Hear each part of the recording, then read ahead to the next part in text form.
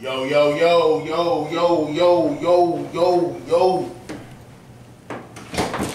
Yo, yo. What's good with it? It's the homie Mac. Music, art, culture, knowledge. Each one, teach one, peace and love. Reporting live from the Dogon. Yeah, man. Each one, teach one, peace and love. Always, always. This is another session of Mackin' with Mac book review series. Today I will be reviewing the book The Black Man's Guide to Understanding the Black Woman by none other than Sharazad Ali. This book was actually originally there was a publishing company she got with, and later on she became self-published. Sharazad Ali has definitely caused a lot of contention with Black liberalism, Black feminism. I didn't really coming into this read. I wasn't necessarily sure what to expect or what angle she would come from. I know I saw her on Hidden Colors.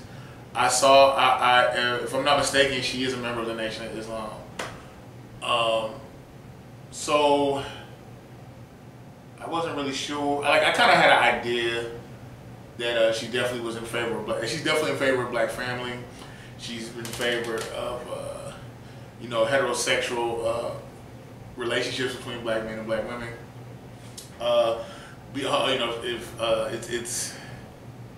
It's very interesting because I feel like in saying that, I know somebody would. I'm not even gonna go there. Not even gonna go there. I'll leave that alone. But yeah, she's definitely she champions a nuclear family structure. I heard a lot of critiques and criticisms about this book, and it was mainly from black women. They said that she felt like she was, overflowing with misogyny, self-inflicted misogyny maybe, or that somehow she's been conditioned, her mind has been distorted. And I really think at the core of this book, I feel like essentially what she's saying is, the black woman's there has been a warfare on the black woman's mind. From television, from media, there are certain lifestyles and cultures that are not akin to it's Western culture. Things that are not necessarily akin to what works for us as black people, specifically ADOS. I guess it's more European in nature. It's liberal. There's a lot of liberalism. I guess now it's more so now because she wrote this book, I think in the '90s, but more so now I think liberalism has taken a bigger onslaught. But I want to say in the context of then when she wrote this, I think more or less just not necessarily the liberalism, but more so just conventionalism, European conventionalism. We all know a lot of things that are a lot of social constructs that come from Europeans don't necessarily work for black melanated people. The whole diaspora, whole African diaspora. But yeah, this book I feel like is not an indictment on women. I feel like more or less she's just saying, look, again, there has been war declared on the minds of black women, not only just the minds of black women, but black people, period.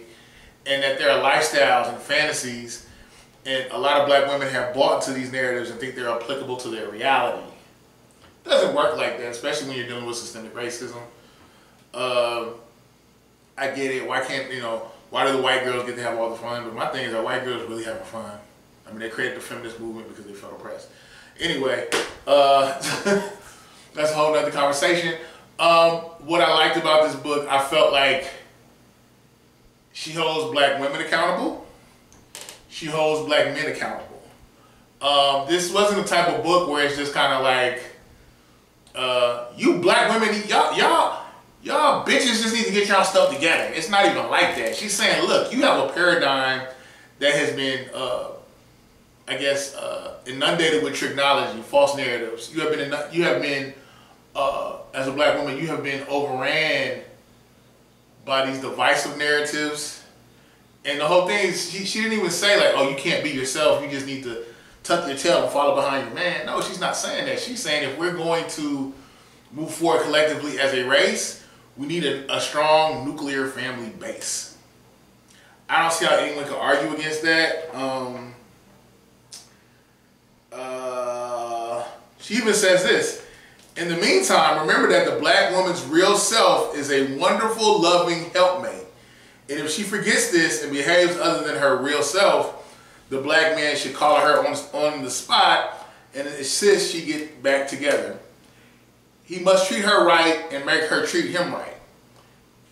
I know that the term collar, I know that probably was very unsavory, but I don't think she meant in a literal sense. It's just basically black men, black women, we need to hold each other accountable. We need to really do checks and balances on one another. Because I'm reading this book and it doesn't seem like... The only thing I really disagree with in this book is the whole concept of monogamy. I don't feel like a woman, specifically a black woman, should have to embrace being a side chick, or not even necessarily a side chick, but embrace being the other woman. Like, I'm big on monogamy. There is a lot of polygamy that's propagated in this book. And I guess if that works for you and it's two consenting adults that are down with that, fine. Me personally, no. She talks about, having to manage households and deal with children and deal with personalities, the wives or the women. That's exhausting to me. I feel like one woman is a galaxy unto herself. I just need one woman. I don't need multiple galaxies. What's his name? I'm not Galactus. I can't multitask multiple galaxies, but that's just me.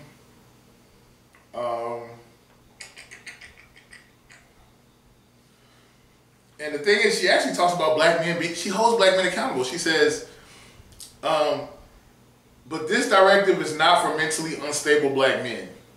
It is for serious-minded adult black men who are in control of all their faculties and whose mission is to reclaim his place as the man over his woman, and who recognizes the absolute need for moderation and self-control. I get it. I guess the neo-feminist thought is, I don't need a man, or I don't need to be underneath my man. But I really feel like everything is about order and structure.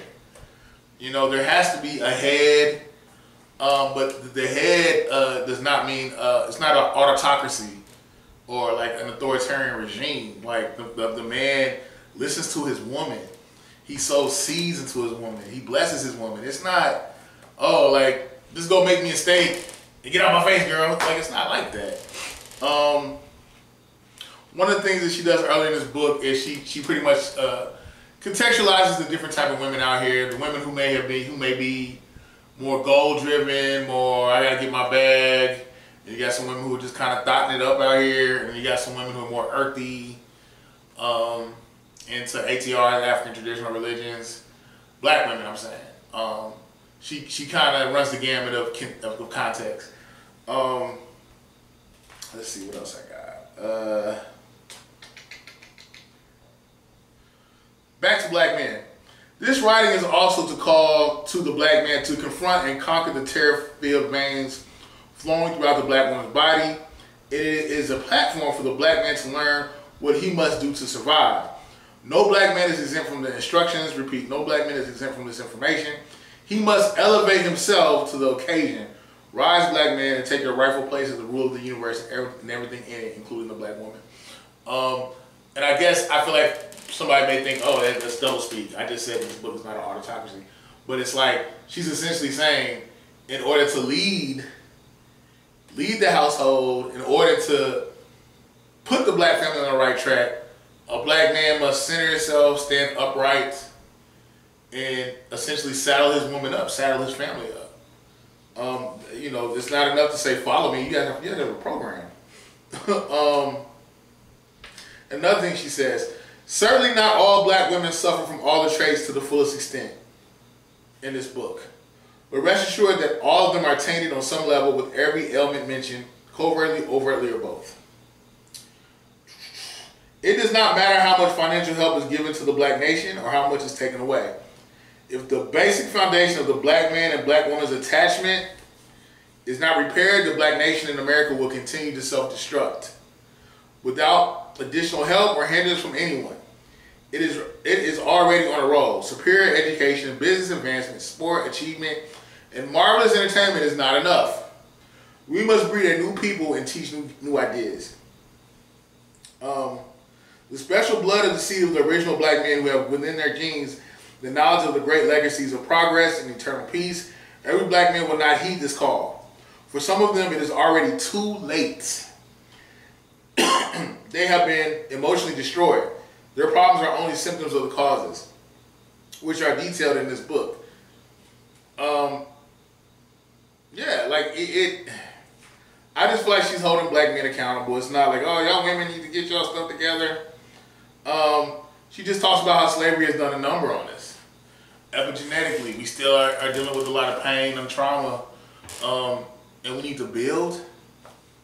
You know, and I feel like she's essentially saying, at its core, again, it's a lot of the behavior patterns of black women. It's not even their fault. Like, you literally been brainwashed, conditioned from the plantation, from the plantation to the context of the current milieu of media. Like, it's not your fault. And she even says, again, not all black women are victims to this, but to a certain extent, they have been hindered. Yeah, I just feel like in this book, she's essentially saying black men, black women, we need one another. We have to find some type of middle ground so we can build. The masculine and the feminine principles, they complement one another. And I remember one thing Sharazad Ali said. She said, you know, black man, black woman, you're going to be standing up to the person you choose to be with more than you're going to be laying down with them. So choose wisely. You know, if you're not on a nation building mindset, trying to further our people, what are we doing? She also speaks to the fact that, you know, no other, and this book came out in the 90s. There's a updated conclusion at the end, but in the 90s, she was saying, look, what other race of women divest from their men or make these open declarations to just separate themselves from their men? No other race of people do that. Why do black women do that? You know, and I don't even think it's their fault. I think there are narratives sold to them. I think there are narratives about black women that have been sold to black men, false narratives, and I think conversely there have been false narratives about black men sold to black women. And it's I don't know, like, it's sad because where do you start? Where do you begin to heal? My mother died in October. My parents were married for over 43 years. And I realize now it's like, I feel like the most revolutionary thing a black man can do is marry a black woman and start a family. And have a healthy household. She speaks of not being a savage in pursuit of happiness. Shout out to Nation Islam, 5%. Peace, peace. But I remember always hearing them say that, don't be a savage in pursuit of happiness. And I always took that to mean, you need to define what happiness is, be realistic, and work towards it. But yeah, I don't know, this may be the most confusing or obfuscating, confusing book review I've ever done. I hope you can take a step back and realize that at its core, this is about accountability. Black men being accountable to black women being accountable to black men. She acknowledges that there are things in this book that a black man cannot do. There are inherent, intrinsic gifts that black women have that benefit the black nation. Yeah, I'm just pro-black family. And I do realize, like, there isn't much of a school of thought or like a training system that teaches black men how to become husbands or teaches black women how to become wives or teaches little black boys and black girls to have healthy interactions as they matriculate into adulthood with the opposite sex. So that's what we're lacking. We need to develop a mutual respect, patience, understanding, love, equity, balance, justice with one another. Yeah, so the black man's guide to understand the black woman. let's see. I want to see if there's one more thing I want to discuss. Yeah, and I never heard this before. She talks about how pretty much the whole concept of a marriage ceremony is symbolic of how, you know, in the Caucasus Mountains, how when the Caucasoid or the Cro-Magnon man, when he was living in caves looking for a partner, the ring was a rope and a cord that they would use to catch the woman. The ring bearer was the man that went with the man to steal the bride. The best man was the man who went with the groom to steal the bride as well as the ring bearer. The throwing of rice is actually symbolic of the rocks and stones the family of the bride threw after the groom, and the bride's screams awakened her family and they saw that she was being taken. The honeymoon is symbolic of the cooling off period that followed the taking of the bride. The groom would take her up into the mountains or some far off place and keep her there until she came into submission to him. Carrying over the threshold, symbolic of the groom carrying the bride into his cave, her new home. He had to carry her because she would not walk in voluntarily. The maiden of honor is the woman in the groom's tribe, usually his mother or friend, who will help the new bride adjust to and learn the ways of life in the new cave. The veil came into practice around 1500 as a form of spirituality, which was designed to keep evil spirits away from the face of the bride. Interesting. Yeah, definitely cop this book. I think it's worth discussion. Where am I going with this? I just hope that more than anything, got so many books in here, gotta make it fit. More than anything, we realize that I hope we realize as black men and black women, we need one another. Let's build. Now is a great time to build. Signing out from the Dogon is homie Mac. Each one teach one. Peace and love. I'm out.